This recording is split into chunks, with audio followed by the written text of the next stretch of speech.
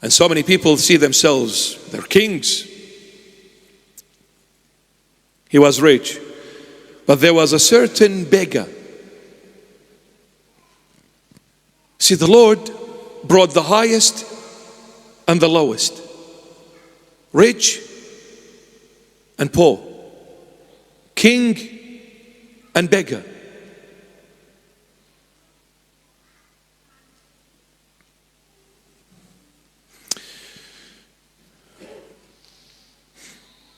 The Lord Jesus said several parables. Throughout the Synoptic Gospels, Matthew, Mark, and Luke, the Lord Jesus said many parables. The only parable that is a true living story is the parable of today, which is Luke chapter 16 from verses 19 till the end of the chapter, verse 31.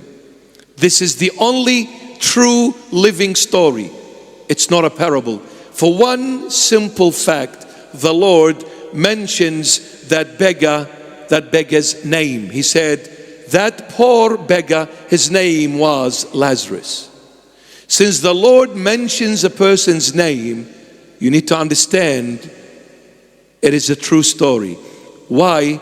Because the Lord Jesus, who is God revealed in the flesh, never make up stories. He doesn't make up stories. He doesn't make up names.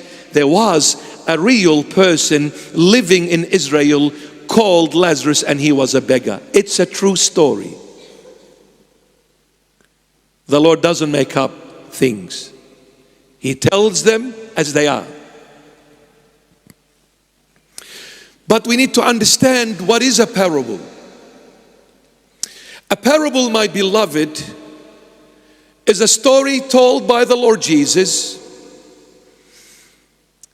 and He is conveying a message that is to do with salvation, it is to do with the Spirit, it is to do with the next life, everything that is to do with the divine. However, that secret of the kingdom, He puts it in a parable and gives it to you indirectly for one reason, because God will not give you something you didn't ask for.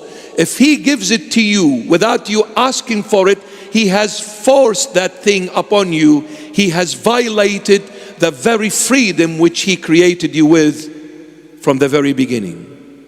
Since God created you to be free, He will not force you to receive a message from Him until you give Him the permission and allow Him to be free to enter your life, lest He be seen as a thief or as a traitor.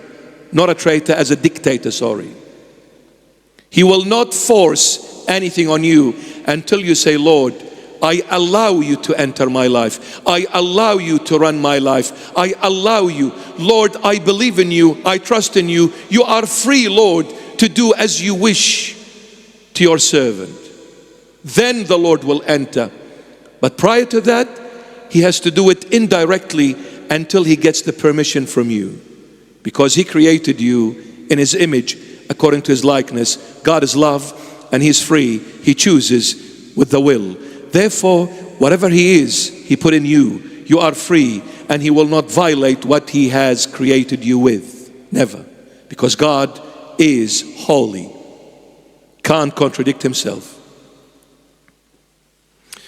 So the Lord puts a secret of the kingdom in a parable to do one thing. When you hear it, you're not going to understand it. He's expecting you to ask a question. What did you mean by this, Lord? The moment you ask Him that question, you have given Him the permission to enter freely and explain what He meant. That is a parable. But in here, it's a living story.